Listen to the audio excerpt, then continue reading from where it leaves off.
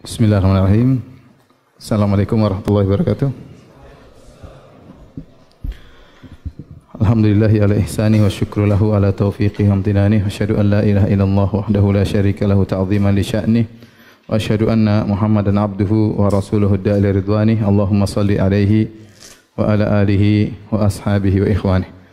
Hadirin dan hadirat yang dirahmati oleh Allah Subhanahu wa taala.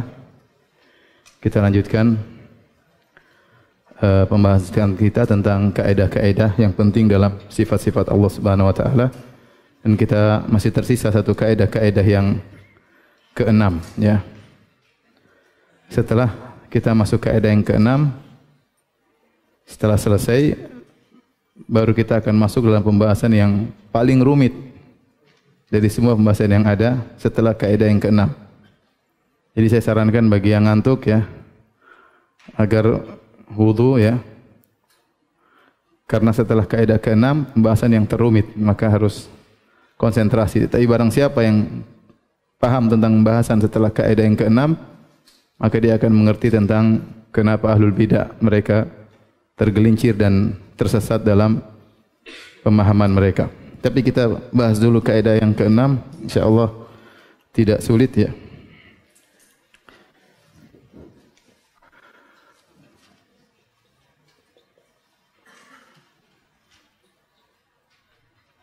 Kaidah ke-6 yaitu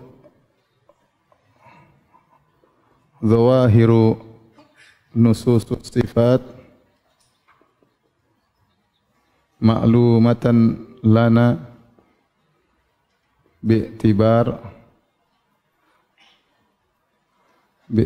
ma'na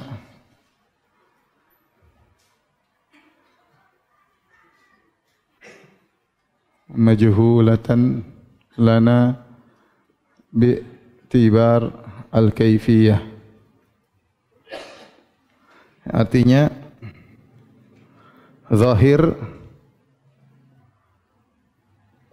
dari nas-nas sifat, dalil-dalil sifat tentang sifat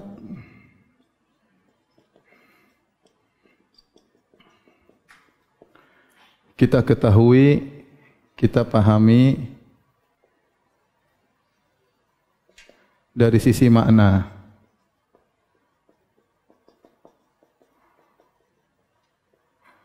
Namun majhul tidak kita ketahui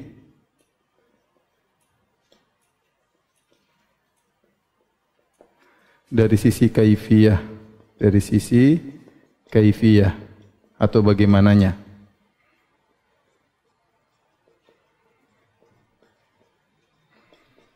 Ini kaidah yang sangat agung, ya. Bahwasanya zahir nusus sifat, semua dalil tentang sifat-sifat Allah dari sisi makna kita paham. Adapun dari sisi kaifiyahnya kita tidak tahu. Sebagaimana dalilnya atau perkataan Imam Malik yang sudah kita sampaikan kemarin. Imam Malik waktu ditanya, Su'ila Malik kaifa stawa? Bagaimana istiwa? Kata Imam Malik, al-istiwa'u ma'lum wal kaifu majhul wal imanu bihi wajib was su'alu anhu bid'ah. Kata Imam Malik waktu ditanya tentang istiwa, beliau berkata, istiwa itu maklum, diketahui. Diketahui maknanya, maksudnya. Diketahui apa? Maknanya.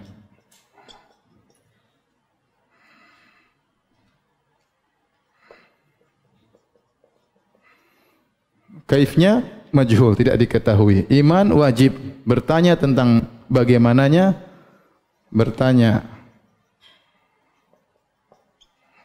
tentang bagaimananya adalah bid'ah.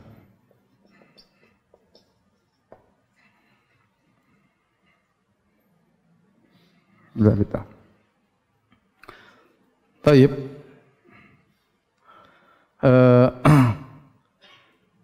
Di depan kita ada 3 madhab. Bagaimana madhahibun nas, ya,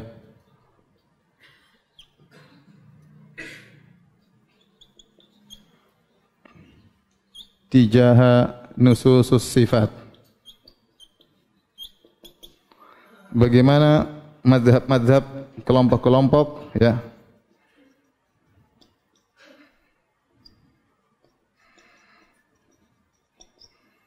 terhadap ayat-ayat sifat.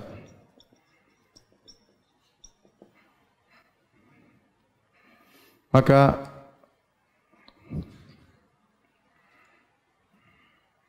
kita bisa bagi menjadi tiga.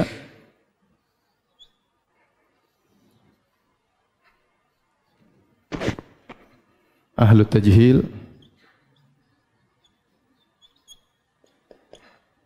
ahlu ta'wil, ahlu sunnah. Adapun ahlu tajhil yaitu yang dikenal dengan mufawwidah. Mufawwidah yaitu mereka mengatakan maknanya kami tidak tahu.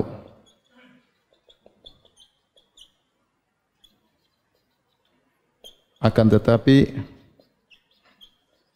zahirnya tidak benar. Artinya tidak boleh beriman dengan zahirnya. Satunya ahlu ta'wil yaitu al-mu'awwilah. Ya, mereka mengatakan zahirnya batil sehingga harus ditakwil. Ditakwil dengan makna yang sesuai.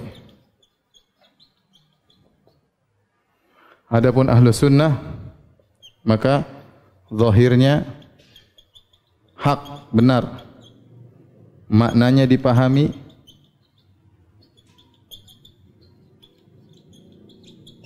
kaifiyahnya tidak diketahui.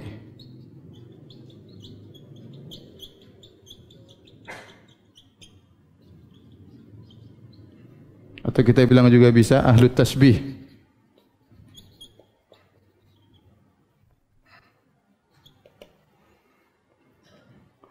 Zahirnya benar dan maknanya serta kaifiyahnya diketahui. Kita ketahui.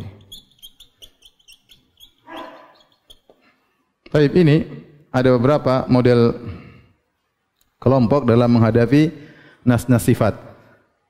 Saya kasih contoh sederhana praktek ya. Jadi mereka menghadapi ayat-ayat sifat ya. Ayat sifat banyak seperti tangan, seperti wajah ya, seperti melihat, mendengar dan yang lainnya. Maka ada 4 mazhab tasbih. Ahlu tasbih mengatakan ya tangan Allah seperti tangan kita, kita paham makna dan Allah berbicara dengan kita yang kita pahami. Berarti tangan Allah seperti tangan kita. Ini ahlu tasbih. Ahlu sunnah kita paham tangan, kita paham wajah, kita paham zat, kita paham, tapi bagaimananya kita tidak tahu. Kita tidak tahu bagaimananya zat, tidak tahu bagaimananya tangan Allah, tidak tahu bagaimana wajah Allah. Paham? Adapun ahlu tajhil, mufawwidah, mereka mengatakan kita enggak tahu maknanya, maknanya pun enggak paham. Tangan itu maknanya kita enggak tahu. Kalau maknanya saja kita tidak tahu, apalagi bagaimananya. Kita enggak tahu, serahkan kepada Allah. Kalau ahlu ta'wil, ya, zahirnya batil, zahirnya syirik, ya. Tetapi kita harus mentakwil dengan makna yang sepadan, yang sesuai dengan apa yang Allah kehendaki. Contoh, kita kasih contoh biar mudah dipahami.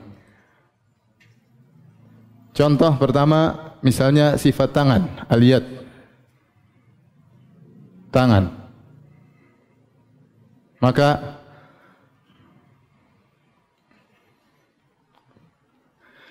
kalau menurut ahlu tasbih apa? Tangan Allah sama dengan tangan manusia. Kalau menurut ahlu ta'wil,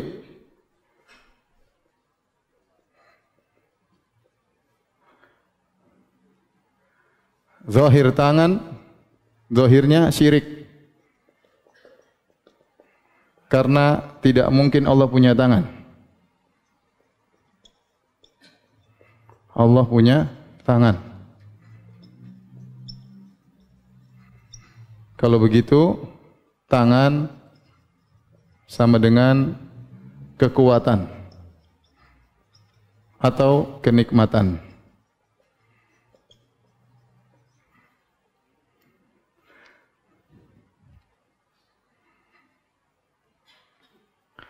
Kalau ahlu sunnah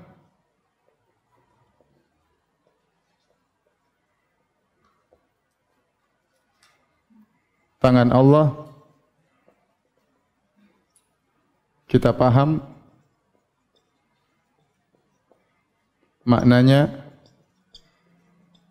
bagaimananya kita tidak tahu.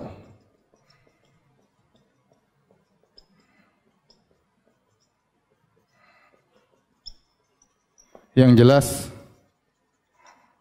tangan Allah tidak sama dengan tangan manusia.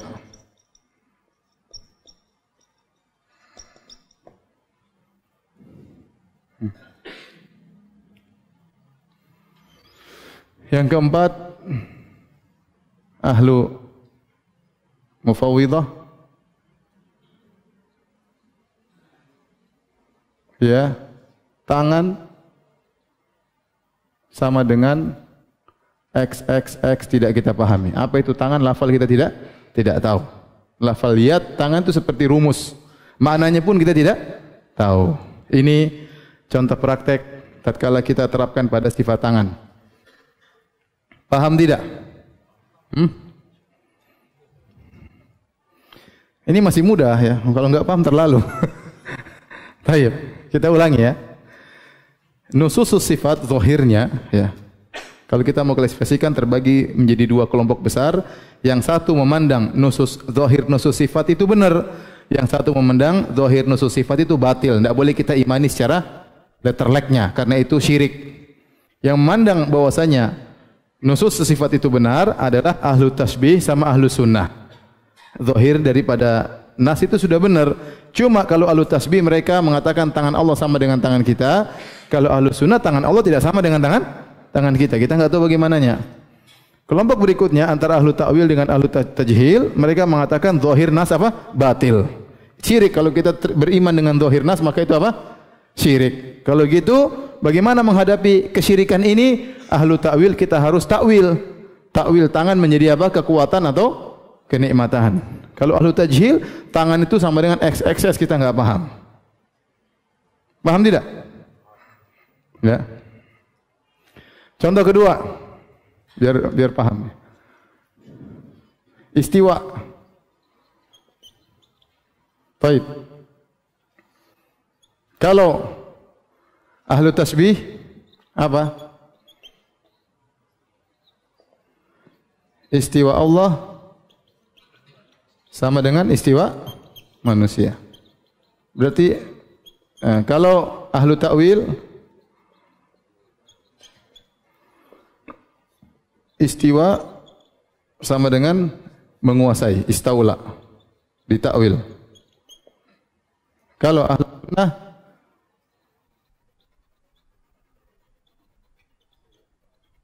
istiwa maknanya diketahui, istiwa sama dengan di atas, ala wartafa'a. Kaifiyahnya tidak tahu. Paham? Kalau mufawwidah tafwid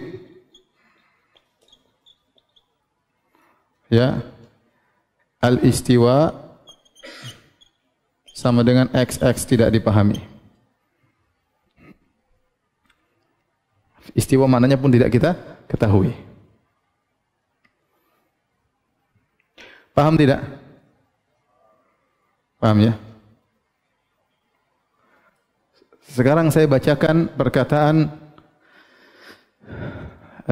Abu Isa At-Tirmidzi rahimahullahu taala dalam Sunan Tirmidzi tatkala beliau mengomentari hadis nomor 662.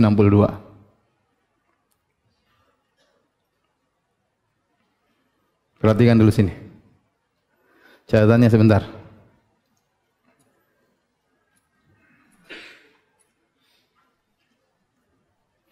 Tatkala Imam Tirmidzi membawakan hadis, "Innallaha yaqbalu shadaqata wa ya'khudhuha bi yaminihi fayurabbiha li ahadikum."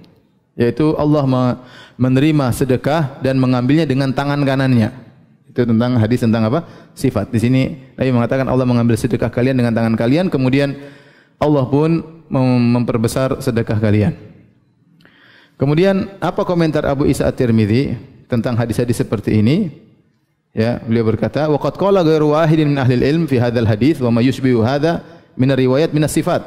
Sungguh lebih dari seorang dari ahlul ilmi ya berkomentar tentang hadis seperti ini dan yang semisalnya tentang riwayat-riwayat tentang sifat-sifat Allah.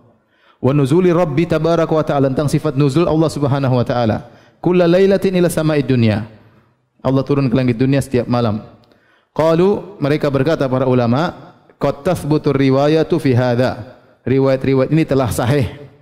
Ya, tidak bisa ditolak. Wa yu'manu biha, maka harus diimani, ya. Ini Imam Tirmidzi yang di abad keempat atau abad ketiga dia menukil perkataan para salaf, perkataan para imam hadis, bagaimana mensikapi hadis-hadis sifat. Kata mereka, hadis-hadisnya sahih. Wa yu'manu biha, maka harus diimani. Wala yutawahhamu wala yuqal kaifa, maka tidak boleh diwaham-wahamkan, tidak boleh dibayang-bayangkan dan tidak boleh berkata bagaimana. Hakadha ruwiya an Malik, dan ini diriwayatkan Imam Malik. Ini seperti yang kita riwayatkan. Al-kaifu apa? Majhul, bagaimananya tidak diketahui. Juga diriwayatkan dari Sufyan bin Uyainah, Imam Sufyan bin Uyainah, wa Abdullah bin Mubarak dan juga Ibnu Mubarak, annahum qalu fi hadhil ahadits, mereka semua berkata tentang hadis-hadis ini, amiruha bila kaif, imani, benarkan tanpa bertanya bagaimananya. Amiruha bila kaif. Ini perkataan para salaf tentang hadis-hadis sifat, yaitu imani, benarkan tanpa bertanya bagaimananya. Kaifnya enggak boleh. Wa hakadha qaulu ahli ilmi min ahli sunnah wal jamaah. Dan inilah perkataan ahli sunnah wal jamaah.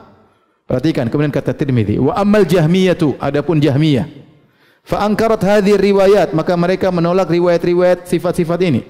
Wa qalu hadza tasbih, kata mereka zahirnya apa? Tasbih, batil. Wa qad dzakara Allah azza wa jalla fi ghairi mawdhi'in min kitabi al-yada was-sam'a wal basar. Kata At-Tirmidzi, Allah telah menyebutkan lebih dari satu ayat dalam Al-Qur'an tentang sifat tangan, mendengar dan melihat. Fa awwalatil jahmiyatu hadhil ayat, maka orang-orang Jahmiyah mentakwil ayat-ayat ini, fa fassaruha ala ghairi ma fassara ahlul ilmi, maka mereka mentafsirkan ayat-ayat sifat ini tidak sesuai dengan tafsiran para ulama. Wa qalu innallaha lam yakhluq Adama biyadihi, mereka berkata Allah tidak pernah menciptakan Adam dengan tangannya. Wa qalu inna ma'nal yad hahuna al-quwwah, menurut mereka tangan maknanya kekuatan. Ini perkataan siapa? Jahmiyah, ya. Menyelisih perkataan para ulama salaf. Wa qala Ishaq bin Rahuya, ini juga ulama salaf, gurunya Imam Bukhari. Berkata Ishaq bin Rahuya, inna ma yakunu tasbih idza qala, hanyalah dikatakan mentasbih kalau dikatakan yadun kayadin, tangan seperti tangan, itu baru tasbih. Au mithlu yadin, atau seperti tangan, mirip dengan tangan manusia. Au sam'un kasam'in, atau mengatakan pendengaran Allah mirip dengan pendengaran manusia. Au mithlu sam'in, atau seperti pendengaran manusia. Fa idza qala sam'un kasam'in, maka seorang jika berkata pendengaran Allah sama seperti pendengaran manusia atau seperti pendengaran manusia, fa hadza tasbih, maka inilah disebut apa? Tasbih.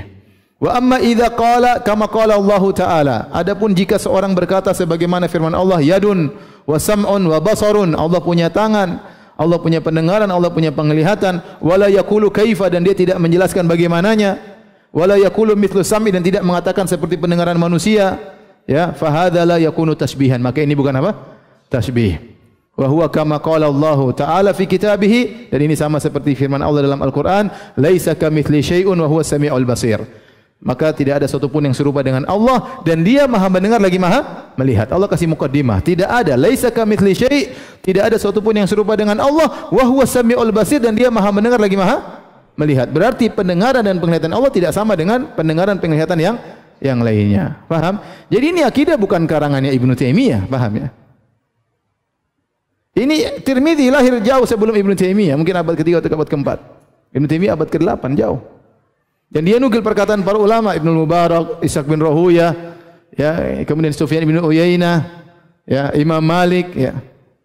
Ini berarti ini akidah Ahlussunnah wal Jamaah, dan mereka banyak buku-buku akidah seperti ini banyak. Kali Ibnu Taimiyah rahimahullah taala hanya perpanjangan lisan menjelaskan bagaimana akidah Ahlussunnah wal Jamaah, bukan karangan Ibnu Taimiyah. Makanya kalau orang bertanya sampai kita, Anda bilang Allah punya tangan, iya. Allah punya tangan. Ada dalilnya ada, salafnya ada. Kalau antum bilang Allah itu tangannya adalah kekuatan, mana salafnya? Salafnya Jahmiyah. Paham? Pendahulu kalian siapa? Jahmiyah. Paham sampai sini? Taib. Adapun kita membantah Mufawwidhah, kalau tasbih kita bantah, ya enggak mungkin tangan Allah sama dengan tangan manusia. Allah berfirman, "Laisa kamitsli syai' wa huwa samiul basir." Ini bantahannya gimana? Bantahan gampang, firman Allah Subhanahu wa taala, "Laisa kamitslihi syai' wa huwa samiul basir."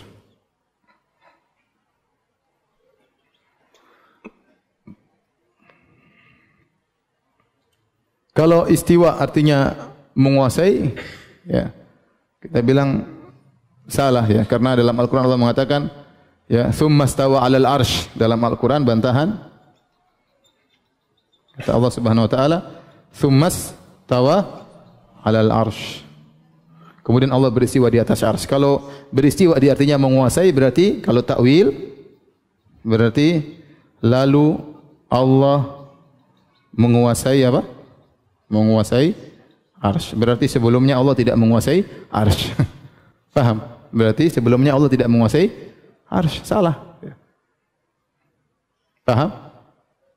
Baik.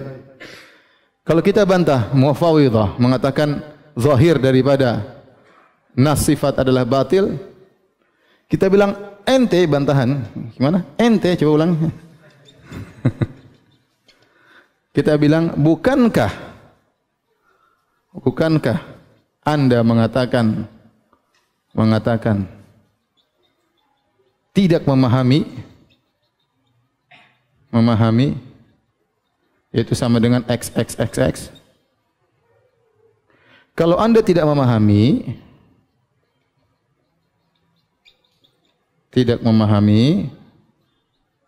maka diam aja, jangan menyalahkan.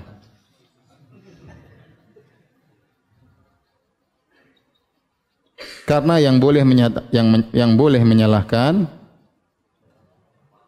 yang tahu menyalahkan adalah yang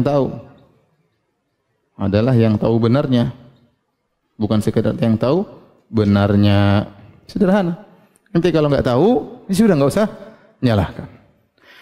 Ini bantahan pertama. Bantahan kedua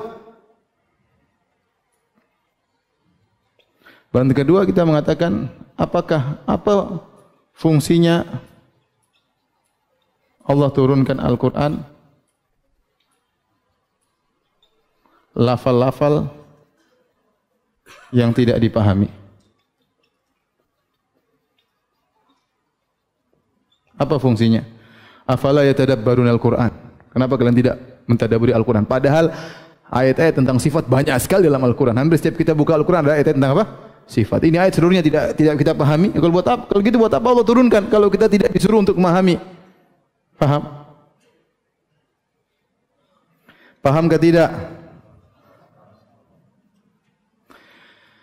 Nah, kemarin sudah kita bahas, ya, bahwasanya kesamaan nama tidak melazimkan kesamaan apa?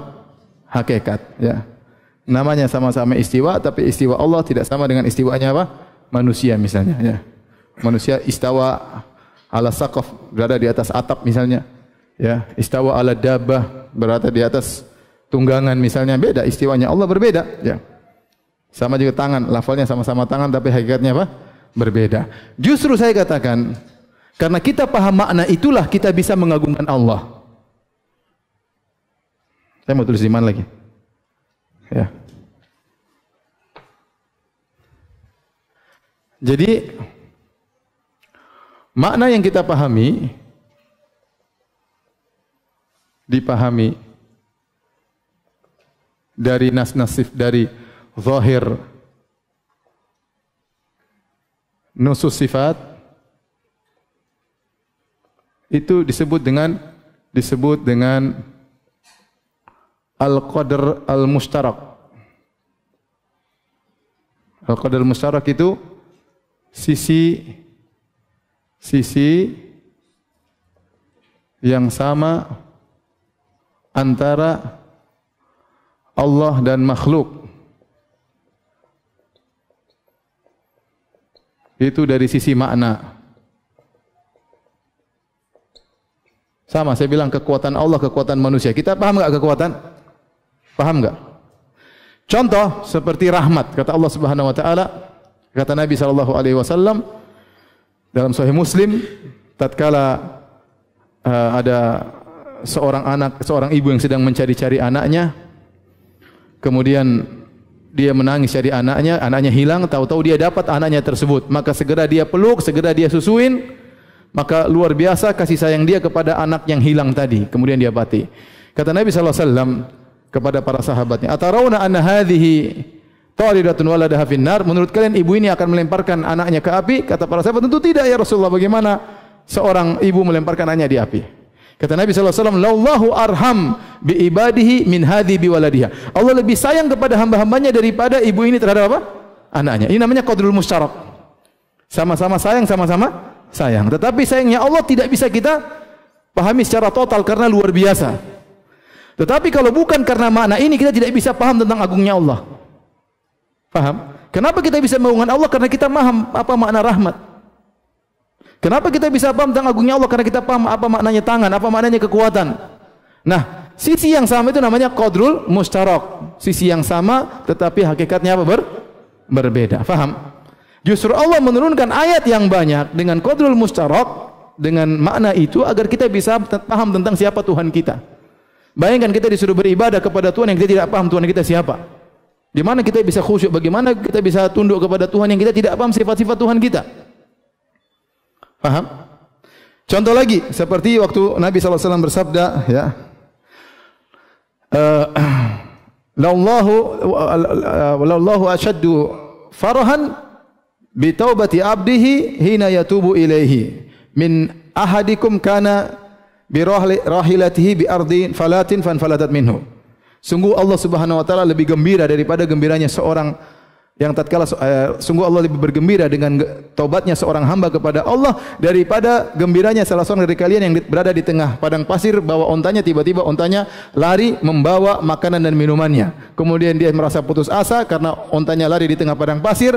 Kemudian fattaja tahta dhilli syajarah, kemudian dia berbaring di bawah sebuah pohon tunggu mati. Waqad aisa min rahilatihi, dan dia telah putus asa dari ontanya. Tiba-tiba ontanya datang, fa akhadha bi khitamiha, kemudian dia pegang tali kekang onta, saking gembiranya dia berkata, "Allahumma anta abdi wa ana rabbuk," ya Tuhan, sungguh ya Allah, sungguhnya engkau hambaku dan aku Tuhanmu. Kata Nabi, "Akhta'a min syiddatil farah," dia salah ngomong karena saking apa? Gembiranya. Kata Nabi, Allah lebih gembira daripada orang ini dengan bertobatnya seorang hamba. Di sini Nabi membandingkan enggak gembiranya manusia dan gembiranya Allah? Justru dengan begitu kita paham bahwasanya Allah Subhanahu wa taala itu memiliki sifat apa? Gembira. Ya. Kalau ternyata gembiranya Allah tidak ada maknanya, tidak nyambung sama sekali dengan gembiranya makhluk, berarti Nabi itu menyesatkan kita, paham? Paham tidak? Kalau ternyata rahmat Allah tidak kita pahami sebagaimana rahmatnya makhluk, berarti Nabi kasih contoh percuma. Nabi hanya menyesatkan kita. Paham tidak? Jadi Ahlus Sunnah mudah, ya sudah, rahmat sudah, cinta kita paham, rahmat kita paham, marah kita paham, ya sudah. Tapi marahnya Allah tidak sama dengan marah manusia. Selesai urusan. Mereka berpikiran terlalu macam-macam. Kalau rahmat berarti begini, begini. Kalau cinta berarti begini, begini. Dan macam-macamnya. Paham? Ini disebut dengan apa? Al-Qadrul apa? Al-Mushtarak. Ini menunjukkan agar hamba bisa paham tentang keagungan Allah. Dalilnya tadi apa? Lallahu arhamu arhamu bi ibadihi min hadhihi bi waladiha. Kemudian lallahu asyaddu farahan. Allah lebih gembira daripada tadi.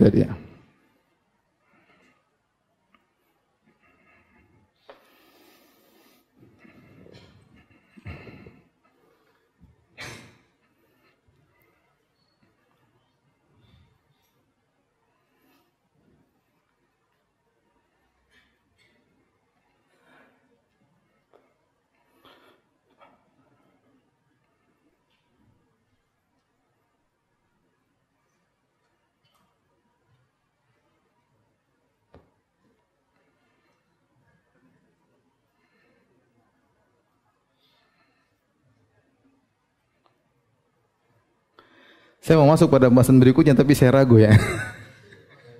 Tinggal 16 menit dan itu sangat berat ya. Kayaknya kita tunda saja deh. Baik, yang penting foto dulu.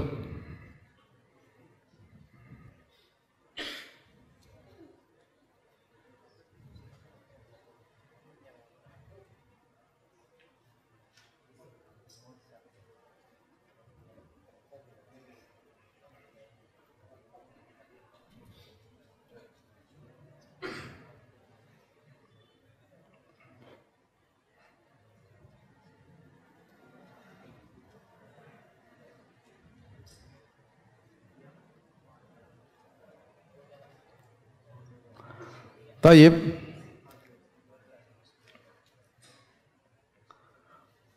Sekarang bagaimana kita membantah ahlu ta'wil? Ahlu ta'wil gampang kita bantah. Kita bilang, ya akhi, wahai tukang ta'wil ya. Ayat-ayat sifat dalam Al-Quran sangat banyak. Ayat-ayat yang menunjukkan Allah di atas juga sangat banyak. Hadis-hadis yang menunjukkan Allah di atas juga sangat apa? Banyak. Bahkan kata Ibnul Qayyim, alfu dalil bal alfani. Ada 1000 dalil bahkan 2000 dalil yang menunjukkan bahwasanya Allah di atas. Kalau semua ini menurut antum zahirnya adalah syirik, zahirnya kekufuran, harus ditakwil.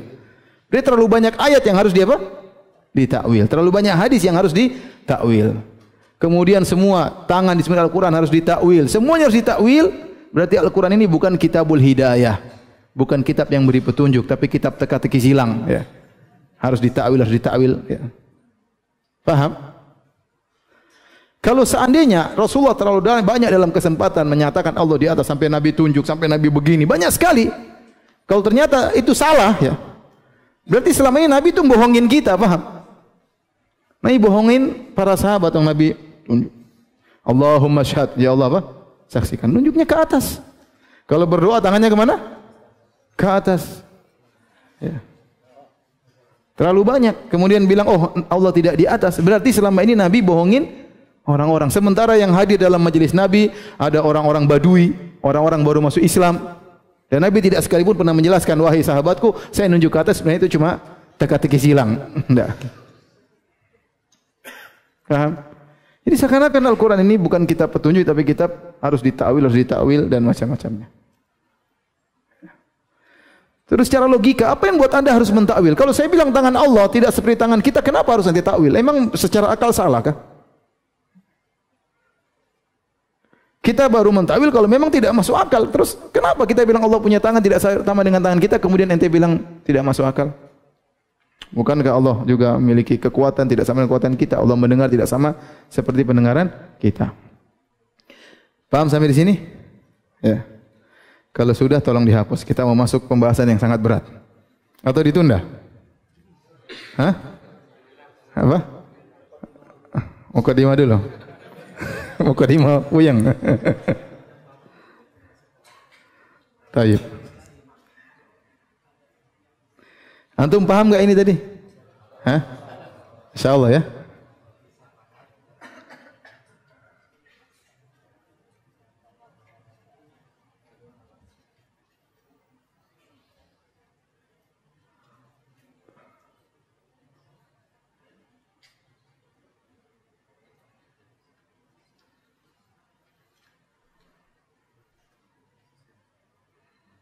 Al-Imam Al-Bukhari dalam Khuluq Afalil Ibad tatkala membahas tentang hadis di hari kiamat kelak, fayunadihim ar-rabb bi sautin yasma'uhu Man ba'uda kama yasma'uhu man qarab.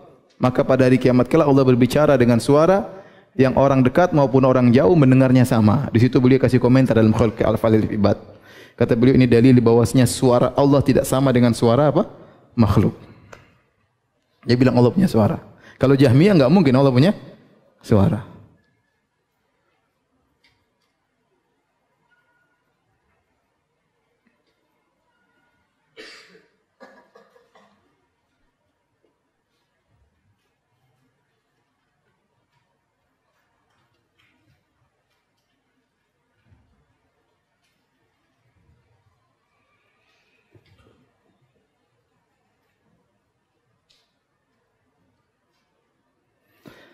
Baik, kita masuk pada pembahasan yang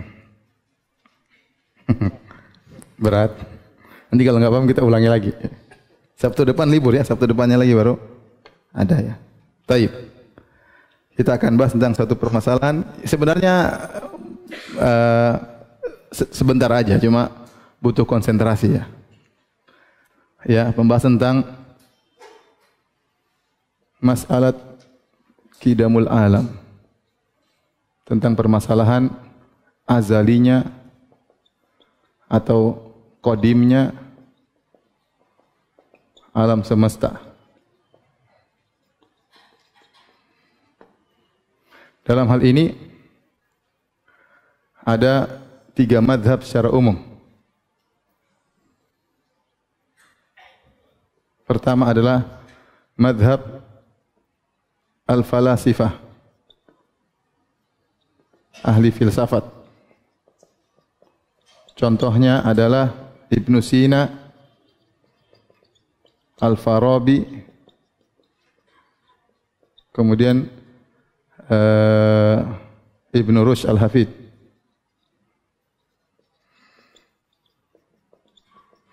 Dan lain-lain. Yang kedua Ahlus Sunnah wal Jamaah. Yang ketiga al-mutakallimun, ahlul kalam. Dalam hal ini Jahmiyah, Mu'tazilah, Kullabiyah, Asy'ariyah dan Maturidiyah.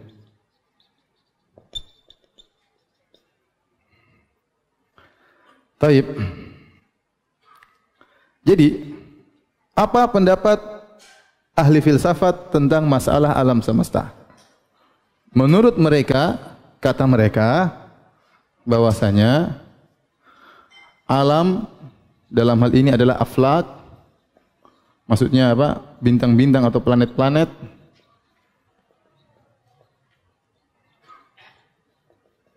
adalah azali, sebagaimana Allah azali.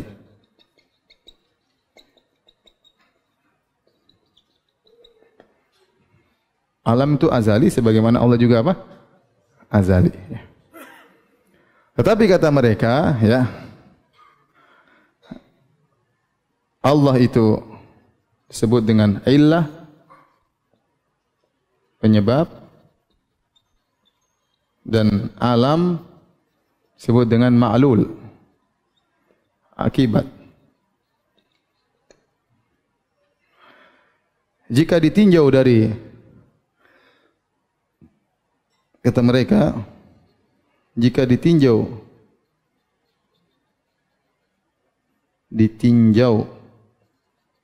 dari tingkatan, maka illah di bawah, bukan illah, ma'lul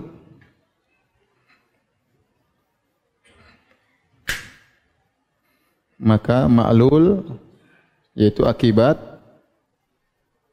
di bawah illah, sebab.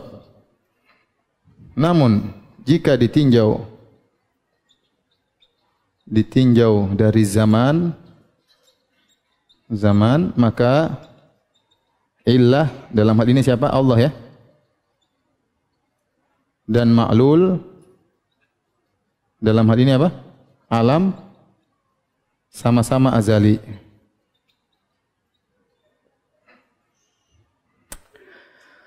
Kenapa alam bisa azali? Ini yang mau kita bahas. Kenapa menurut ahli falasifah alam azali? Kenapa? Mereka menggunakan jawaban akal. Kata mereka,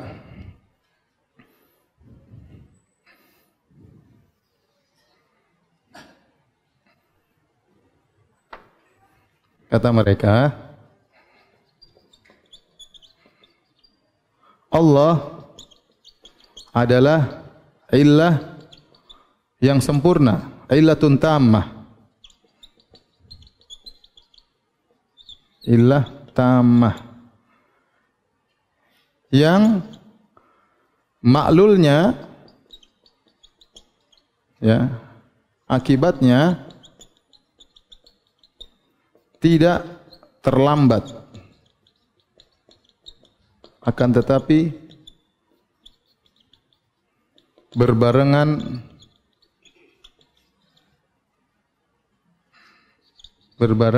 dengan ilahnya, sebabnya. Seperti matahari dan cahayanya yang berbarengan. Ini syubhat ya. Ini syubhat bikin orang kafir ya. Ini syubhat bikin orang kafir. Ente percaya ini ente kafir, paham? Saya ulangi. Kenapa mereka mengatakan ini harus antum paham karena supaya setelahnya nanti gampang. Ya. Kalau antum enggak pahami nanti repot ya. Sekarang kita paham syubhat dulu ya. Kita sudah, ente enggak usah percaya sama syubhat. Ente tahu bahwasanya alam itu belakangan, ya enggak? Selesai. Ini semua filsafat omong kosong ya. Meskipun kelihatannya masuk akal, tapi ini semua apa? Omong kosong. Tapi kita ingin cerita omong kosong tersebut. Jadi kata mereka, Allah itu ilah. Ilah itu penyebab bisa menimbulkan apa? Akibat. Jika ilah tidak sempurna, akibatnya muncul belakangan. Lama ada jeda antara sebab dengan akibat. Tetapi jika ilahnya sempurna, saking sempurnanya sebabnya, akibatnya itu muncul bersamaan dengan apa? Dengan ilahnya, dengan sebabnya. Paham? Karenanya, tatkala Allah itu sebabnya sempurna untuk menciptakan, maka makhluknya muncul bersamaan dengan apa? Ilahnya, dengan Allah. Maka makhluk itu qadim. Sama-sama azali bersama Allah. Paham? Ingat, percaya ini kufur ya. Paham tidak? Paham ya? Kata mereka ibarat matahari dengan cahaya. Matahari dan cahaya itu hubungannya begitu ada matahari ada sinarnya. Tidak matahari dulu sinarnya belakangan. Tidak, tapi munculnya matahari, zat matahari bersama dengan apa? Sinarnya. Karena ini sempurna. Paham? Bagaimana bantahnya? Ana harus bantah sekarang. Kalau tidak bahaya ya. Bantahan. Ahlus Sunnah membantah.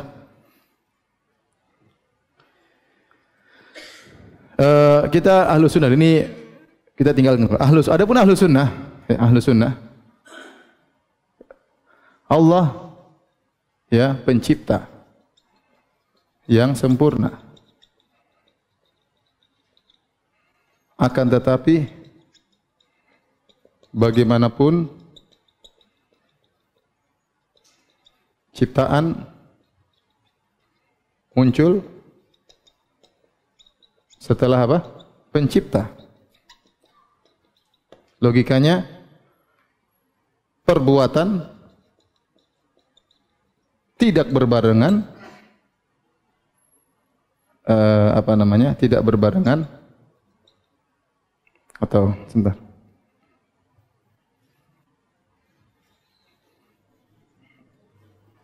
Dalilnya, ini sederhana. Dalilnya Allah berfirman, "Idza arada syai'an an yaqula lahu idza arada syai'an an yaqula lahu kun fayakun." Kun fayakun. Perhatikan di sini. Jika Allah menghendaki sesuatu, Allah katakan jadi maka. Di sini ada fa. jadi baru terjadilah. Berarti ada ta'kib. Allah kehendak dulu baru muncul, ya. Berarti makhluk muncul setelah Allah ciptakan. Berarti Allah dulu baru kemudian makhluk belakangan. Dalam hadis, kana Allah walam yakun syai'un ma'ahu. Dahulu Allah sendirian.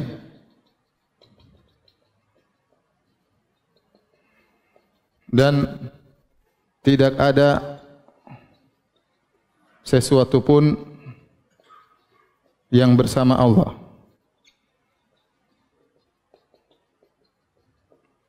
Ya tidak? Ini dalilnya. Dulu Allah sendirian, tidak ada yang satu bersama Allah. Kemudian Allah menciptakan. Jadi makhluk pasti belakangan setelah pencipta. Enggak mungkin makhluk bersama dengan pencipta. Nah, bagaimana kita bantah orang falasifah? Bantahan terhadap falasifah.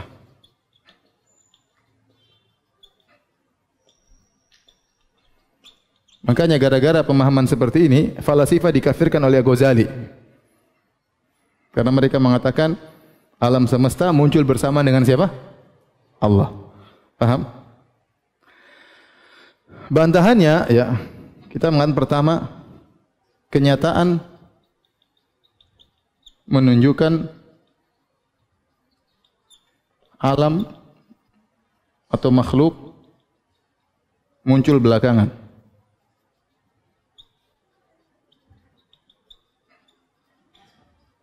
Karena seharusnya tidak dibedakan, tidak dikhususkan bintang-bintang. Bukankah kita ini semuanya maklulnya Allah, bukan kita cipta oleh Allah?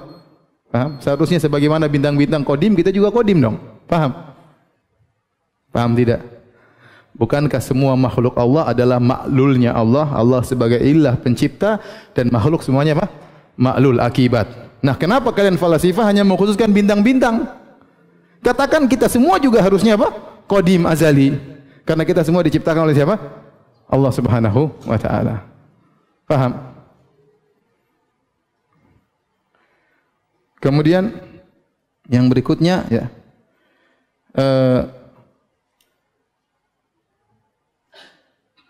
jika bersamaan maka tidak bisa dibedakan.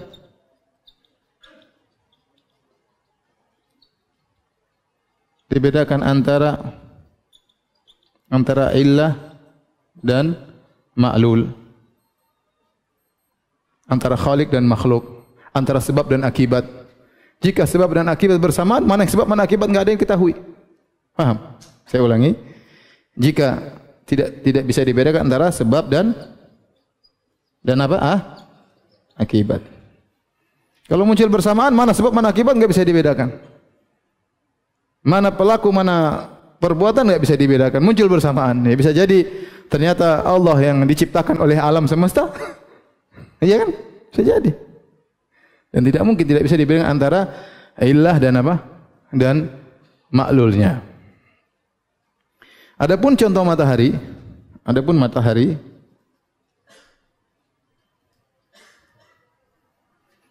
tidak ada yang bilang bahwa sinar diciptakan oleh matahari.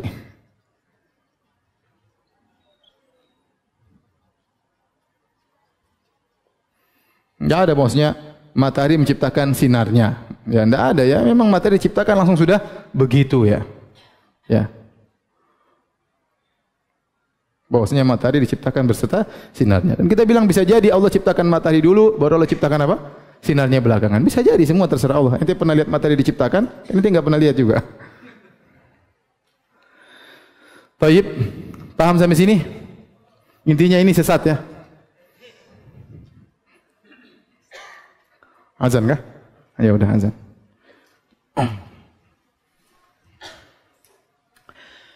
Yang ketiga kita tunda. Ya, karena itu berat. Tolong ini difoto, nanti sebelum kajian 2 minggu lagi dilihat-lihat. Ya, dilihat-lihat sebelum masuk lagi kajian. Karena yang ketiga, bagaimana mutakallimin cukup waktu yang panjang untuk bisa membahasnya. Tidak cukup sekarang.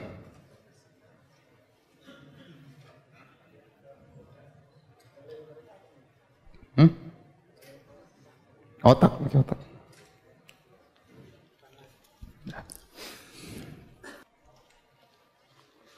Taib, ini pertanyaan beberapa yang akan saya jawab. Yang pertama, apakah itu makna dari azali? Afwan, ana belum paham makna azali. Azali maksudnya qadim, maksudnya tanpa awal, Kata orang Allah itu ada sebelum kata ada itu ada ya. Kata orang ya. Kata tukang filsafat ya. Jadi maksudnya tanpa dilalui dengan tidak ada. Itu namanya azali. Beda dengan manusia atau makhluk, dahulunya Adam, dahulunya tidak ada, kemudian menjadi apa? Menjadi ada. Itu namanya muhdats, baru, muhdats. Namanya muhdats. Adapun Allah Subhanahu wa taala bersama sifat-sifatnya azali atau qadim, yaitu sejak dahulu sudah ada tanpa didahului dengan ketiadaan. Itu maksudnya.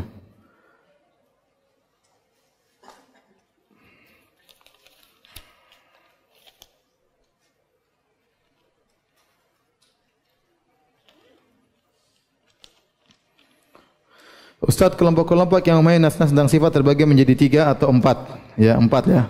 Ahlu tasbih, ahlu tajhil, ahlu ta'wil, ahlu sunnah. Iya, jadi 4. Benar, di akhwat tidak jelas tulisannya. Ya.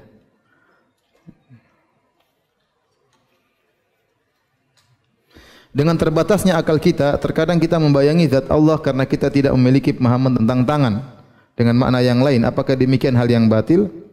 Iya, jadi kalau mulai terbayang kita tepis, bukan begitu ya. Ya.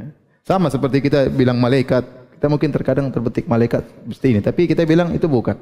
Ya. Bukan seperti itu. Kita mungkin dengar ruh. Kita enggak tahu ruh seperti apa. Mungkin terbetik, terlintas di hati kita, ya mungkin terlintas. Namanya kita, atau kita terbatas dan kita rasa keponya besar ya, pengen tahu. Tetapi kalau terkadang lewat terlintas, dia bilang bukan seperti itu. Kata Allah, laisa kamitslihi apa? Syai'. Tidak ada satu pun yang serupa dengan dia. Apa yang kita hayalkan, apa yang kita terbetik dalam benak kita, pasti semuanya salah.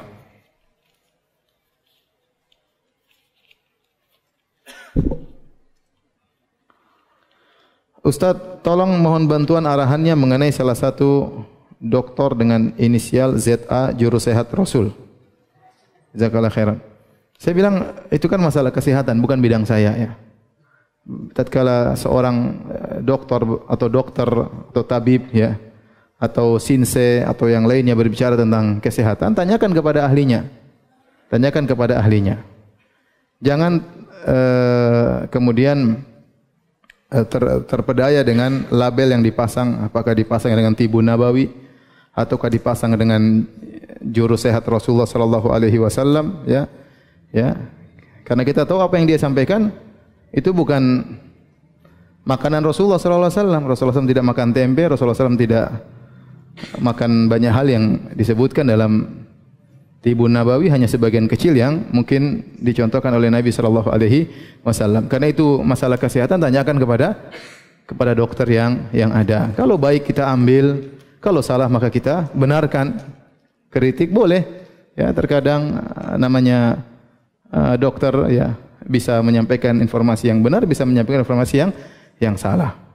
Terlebih lagi yang berkaitan dengan masalah herbal ya, yang dinamakan dengan Tibun Nabawi atau dinamakan dengan juru sehat Rasulullah sallallahu alaihi wasallam, herbal itu kan masih belum suatu yang baku ya.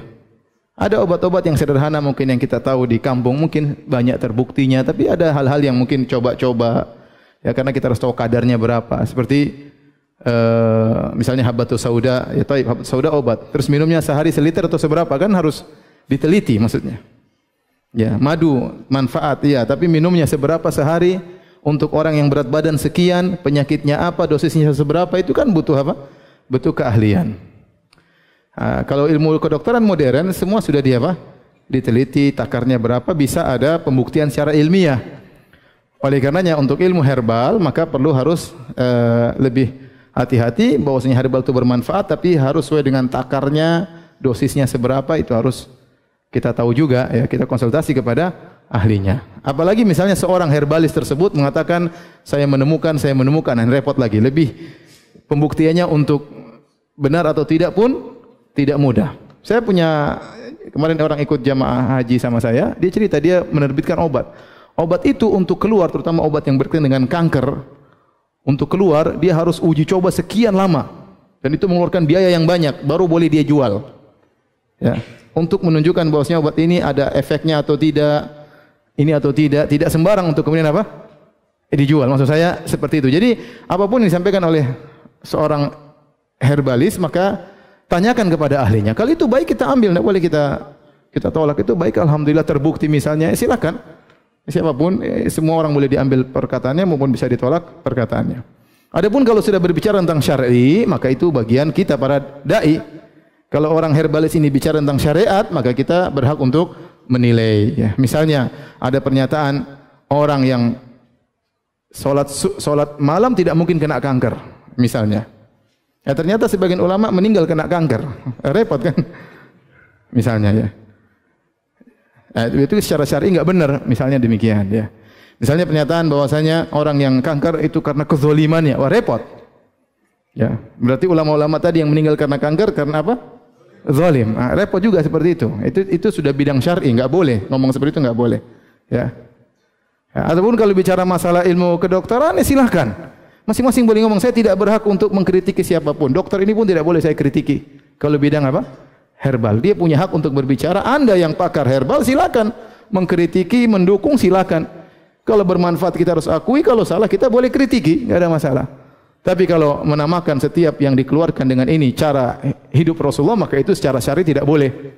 Secara syar'i tidak boleh. Ya. Ini nanti orang ambil sayur kangkung. Ini herbal, obat tidur. Herbal obat tidur, jurus Rasulullah sallallahu alaihi wasallam. Enggak boleh lah.